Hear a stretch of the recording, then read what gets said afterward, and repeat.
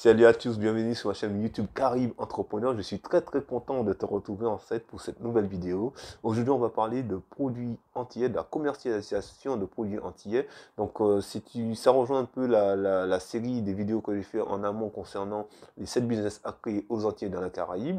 Et là, on va parler de commerce de produits antillais. Je me suis rendu compte que quand je cherche des produits antillais, soit je vais en grande surface, soit je vais dans des magasins asiatiques ou dans des magasins indiens, parce que moi j'habite en métropole. Mais je me suis dit, mais pourquoi nous, les Antillais, on ne crée pas nous-mêmes nos shops, nos magasins de produits spécialisés antillais? Vu que chez nous, il y a pas mal de personnes qui font des produits intéressants, et qui sont très bons, et pourquoi ne pas créer un concept comme ça? Voilà. Donc après, moi j'ai pensé à deux idées. Donc soit tu crées un magasin, donc un magasin où tu vas référencer un panel de produits, donc ça peut aller de l'agriculture à la production animale, voilà, aux produits de la mer, aux produits de l'artisanat, voilà. Donc tu peux avoir un panel de choses dans ton magasin. Ou sinon, tu peux te spécialiser sur une niche aussi qui est l'épicerie fine de produits antillais. Voilà. Donc quand on regarde bien, les deux concepts se rejoignent un peu, mais il y en a un qui est un peu plus large, qui est beaucoup plus vaste au niveau des produits, et l'autre, épicerie fine de produits entiers, c'est un concept qui est novateur, parce que moi, j'en connais pas beaucoup, ou très peu, voilà, et sinon, voilà, qui cible vraiment des produits de qualité, voilà, et après, mais dans la globalité, les deux idées se tiennent. Après, voilà, c'est à réfléchir par rapport à toi, ta personnalité, et dans quel projet tu te retrouves. En amont, ce qu'il faudrait faire, c'est faire une étude de marché. C'est-à-dire que pour voir est-ce qu'il existe ou pas une opportunité, est-ce qu'il existe ou pas quelqu'un qui a peut-être eu l'idée comme toi de créer un magasin où on vend des produits entiers, voilà, qui est spécialisé soit sur son commerce ou soit sur une épicerie fine. Une fois que tu as fait ton étude de marché, tu vas te dire, ok, ça existe, tu peux aller visiter ton concurrent et améliorer ton business. Ok. Ou si ça n'existe pas là où tu habites, tu peux te dire, ok, c'est novateur, ça n'existe pas. Donc là, tu réfléchiras bien à ton concept pour pouvoir le mettre en place. Après, donc ça, c'est la première chose, ton étude de marché. L'autre chose aussi, c'est référencer, c'est-à-dire que tu as un panel de producteurs antillais, donc qui font de tout. Donc tu peux te renseigner au niveau de la chambre des métiers, leur chambre de métiers de l'artisanat, au ministère de l'Agriculture, voilà, ou peut-être sur les marchés, tu peux aller sur les marchés aussi, parce qu'il y a des gens aussi qui vendent sur les marchés de très bons produits. Tu peux échanger avec eux, goûter leurs produits et les référencer. Voilà. Donc tu crées une base de producteurs avec un référencement qui vont travailler avec toi. Voilà, tu négocies les produits, les quantités, le délai, le paiement, tout ça. Donc, voilà. Après, autre chose que tu peux faire aussi, que tu devras faire, c'est trouver un local.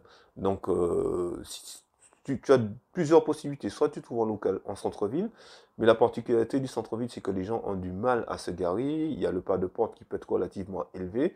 Moi, je te conseillerais plutôt une zone d'activité ou une zone industrielle. Pourquoi? Parce que la zone d'activité et les zones industrielles se trouvent en périphérie des villes. Voilà. Généralement, ils ne sont pas trop loin de sièges d'entreprise. Et même à côté peuvent se trouver des entreprises. Et là, c'est du jackpot, quoi. Les gens pourront plus facilement venir dans ton épicerie fine ou dans ton magasin de commerce de produits entiers. Et comme ça, il n'y aura pas de problème de stationnement. Les gens pourront aller et venir librement. Autre chose aussi, il faut déterminer ta capacité de financement. Est-ce que tu as un apport ou pas? Et évaluer tout ce que ça va te coûter en termes d'investissement. Voilà. Donc là, tu vas faire un business plan. Un business plan, en fait, de regrouper tout ce qu'il te faudra en besoin matériel. Voilà, voilà. Le business plan va vraiment tout montrer, tout ce que tu auras besoin en fait pour pouvoir mettre en place euh, ce concept-là. Voilà. Bon, je ne vais pas entrer dans les détails du business plan, mais si vous voulez, je pourrais faire une autre vidéo sur le business plan. Voilà. Et comme ça, avec une projection sur 3 ans. Voilà. En fait, le business plan, c'est voir si ton activité est viable et combien de bénéfices que tu vas dégager et quel sera ton résultat après chaque année. Voilà. Donc, si ça, c'est très important. Donc, après, une fois que tu as tous ces éléments-là, tu pourras, bon, en fonction de ta capacité financière, en fonction de tout cela, tu verras si te faut aller voir une banque pour négocier ou pas un crédit pour pouvoir financer ton projet.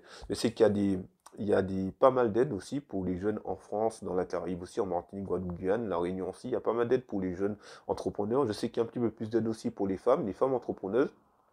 elle dispose de pas mal d'aides aussi quand elle veut se lancer. Moi, je pense que c'est une idée à creuser, c'est parce qu'on on fait de très très bons produits, on fait chez nous, et vraiment, il n'y a pas vraiment d'enseigne spécialisée dans le commerce de produits antillais. Et je pense que aujourd'hui, les gens recherchent des produits de qualité, les gens recherchent des produits.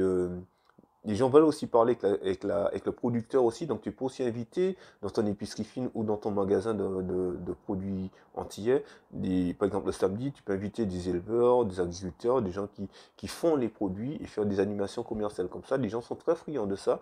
Tu peux aussi, pour augmenter le chiffre d'affaires de ton business, donc soit d'épicerie fine de produits antillais ou de commerce de produits antillais, tu peux faire aussi des paniers que tu peux aussi livrer, des paniers de produits entiers que tu peux aussi livrer dans les entreprises, par exemple quand c'est Noël, quand c'est Pâques, quand la Saint-Valentin, tout ça, tu vois. Tu peux aussi, tes paniers, tu peux aussi les revendre aussi, tu peux aussi les vendre dans des magasins aussi, tu vois. Donc voilà, il y a plein de choses à faire avec ces paniers-là. Et la prochaine fois, on fera une vidéo sur la vente de produits entiers, mais sur Internet aussi, parce que je pense que sur Internet aussi, c'est autre chose, c'est un autre type de business. Il faut être à l'aise avec l'informatique, mais je pense que la prochaine vidéo que je ferai, ça sera sur à travers le web, vendre des produits entiers à travers le web, quels sont les avantages, tout ça. Mais je pense que là déjà, c'est déjà une bonne idée. Donc si tu as la fibre commerciale, si tu aimes les gens, si tu aimes le contact humain, si tu as envie de valoriser les produits de la Guadeloupe, de la Réunion, de la Martinique, peut-être même d'Afrique, on ne sait pas, hein, peut-être que tu es du continent africain, tu m'écoutes, eh ben, je t'invite à réfléchir et puis à voir ce que tu peux faire par rapport à ta culture, par rapport au lieu où tu habites aussi. Je pense que c'est très important, c'est valorisant.